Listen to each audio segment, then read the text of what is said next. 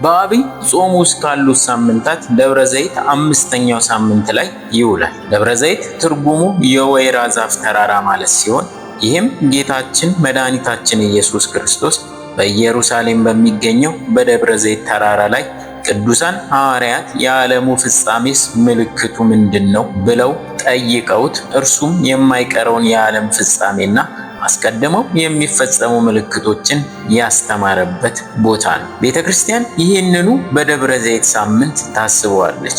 ለምዕመናኑ ከዘመኑ ሁኔታ አንጻር በመጽሐፍት የተጠቀሱትን የትንቢት ምልክቶቹን ከተግባራዊ የዓለም ክንዋኔዎች አንጻር በማገናዘብ ታስተምራለች። በመሆኑም በቤተ ክርስቲያናችን በደብረ ዘይት ሳምንት ምጽአትን አስመልክቶ የሚነገሩ ምስጢራት እጅግ ሰፊ ናቸው። የደብረ ዘይት ተራራ አቅጣጫው ከኢየሩሳሌም በስተ ምስራቅ የሚገኝ ተራራ ሲሆን በመካከል የቄድሮን ሸለቆ ብቻ ነው ያለው። ከግርጌው ጌቴሴማኒ የተባለው የአትክልት ስፍራ ይገኛል።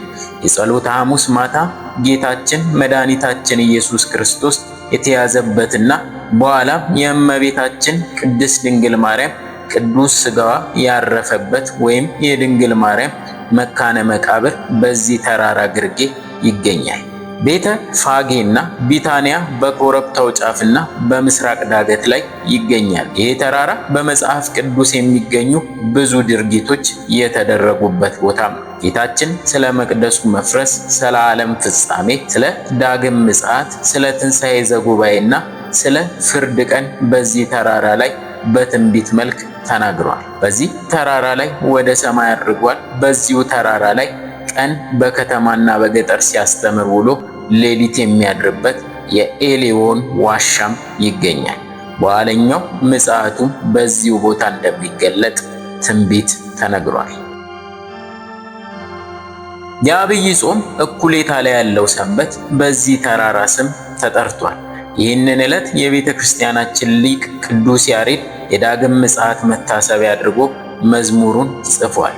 እዚህ ተራራ ላይ እርሱም በደብረ ዘይት ተቀምጦ ሳለ ደቀ መዛሙርቱ ለብቻቸው ወደ እርሱ ቀርበው ንገረን፣ ይሄ መች ይሆናል? የመምጣትህና የዓለም መጨረሻ ምልክቱስ ምንድነው አሉት ተብሎ እንደተጻፈው ለደቀ መዛሙርቱ የዳግም ምጽአቱን፣ የዓለምን ፍጻሜ፣ የትንሣኤ ሙታንን ትምህርት በሰፊው ስላስተማረበት ይህንን የተመለከተው ትምህርትና ምስጋና ሁሉ በስፋት የሚነገርበት፣ የሚዘመርበት፣ የሚሰበክበትና የሚዘከርበት አምስተኛው የአብይ ጾም ሳምንት ከእሑድ ጀምሮ አንዱ ሳምንት የነገረ ምጽአት መታሰቢያ በዓል መጀመሪያ ትምህርቱን በስፋት በተሰጠበት ደብረ ዘይት በተባለው ተራራ ስም ተሰይሟል። ይሄ የደብረ ዘይት በዓል ወይም አምስተኛው የአብይ ጾም ሰንበት ሌሎች ስያሜዎችም አሉት። ዳግም ምጽአት፣ የፍርድ ቀን፣ የጌታ ቀን፣ ዕለተ ፍዳ፣ ዕለተ ደይን፣ ዳግመኛ ልደትና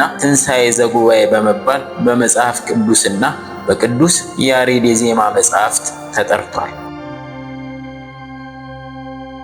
ከዕለታት አንድ ቀን የክርስቶስ ደቀ መዛሙርት የቤተ መቅደሱን ስነ ሕንፃ በትኩረት እያንዳንዱን ነገር በመመልከት አደነቁ። ጠዋት በጸሎት ጊዜ ጸሎታቸውን አድርሰው ሲጨርሱም የጠዋት ፀሐይ አርፎበት ያሸበረቀውን ቤተ መቅደስ ውበቱን አስተውለው ምን ጥበበኛ እንደሰራው እየተነጋገሩና እያደነቁም ነበር። ጌታችንም አብሮ አድናቆታቸውን እንደሚጋራ ያስቡ ነበር።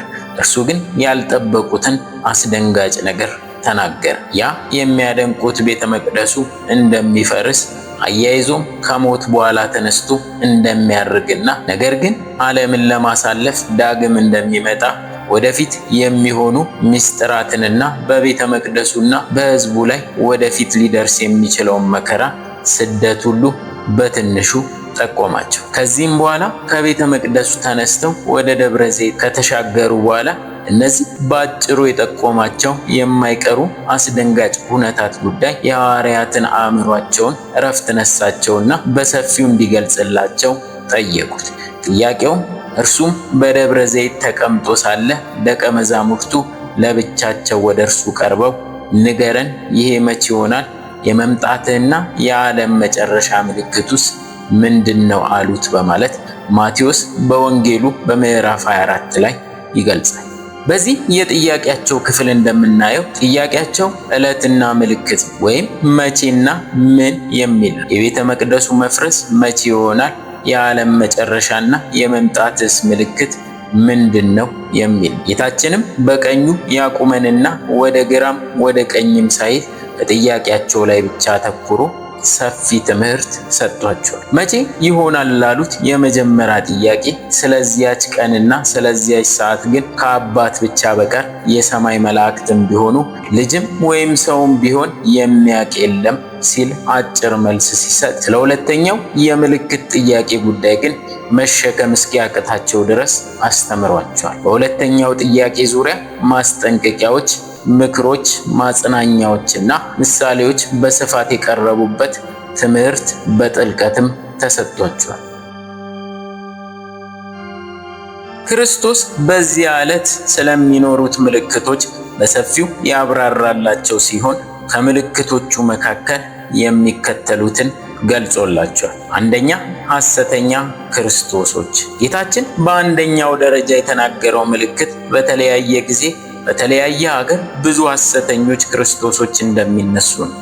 የጌታ ቃል አይቀርምና ከዚህ ቀደም ብዙ ሰዎች እኔ ክርስቶስ ነኝ እያሉ ተነስተውም ነበር። የሐሰተኞች ክርስቶሶች ትምህርት ሲነሳ ዋናቸው ወይም አለቃቸው በዮሐንስ ራእይ ምዕራፍ 13 ላይ አውሬ ተብሎ የተጠቀሰውና በቅዱስ ጳውሎስ የአመፅ ሰው እርሱም የጥፋት ልጅ የተባለው ብዙ ጥፋትና መከራ የሚያደርሰው ባለ 666 መለያ ምልክቱ ሐሰተኛ ክርስቶስ።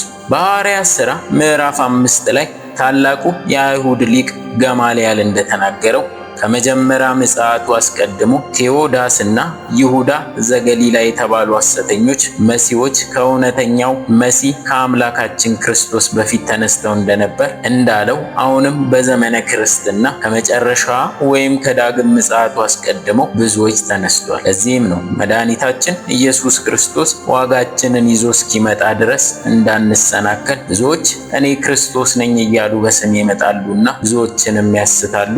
እዚያን ጊዜ ማንም እነሆ ክርስቶስ ከዚህ አለ ወይም ከዚህ አለ ቢላችሁ አትመኑ ሲል ያስጠነቅቅን።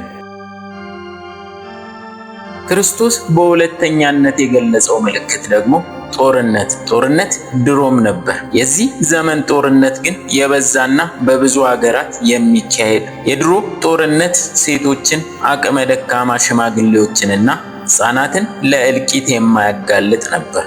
የዘመናችን ጦርነት ግን ማንንም የማይለይ ለማንም የማይራራ ከባድ መሳሪያ ከሩቅ እየተላከ ሳይመርጥ ሁሉንም የሚደፈጥጥበት የሁሉን ሴት፣ ወንድ፣ ሕፃንና አዋቂ ሳይለይ በጅምላ የሁሉንም ደም የሚያፈስ አሰቃቂነቱ ከመግለጫ ቋንቋ በላይ ሆኖ ይታያል። ይህንንም ጌታችን የዳግማዊ ምጽአቱን ምልክት ለጠየቁት ለደቀ መዛሙርቱ ሁለተኛ ምልክት አድርጎ ጦርንም የጦርንም ወሬ ትሰሙ ዘንድ አላችሁ፣ ይሄ ሊሆን ግድ ነውና ተጠበቁ፣ አትደንግጡ፣ ዳሩ ግን መጨረሻው ገና ነው፣ ሕዝብ በሕዝብ ላይ መንግስትም በመንግስት ላይ ይነሳል ሲል ተናግሯል።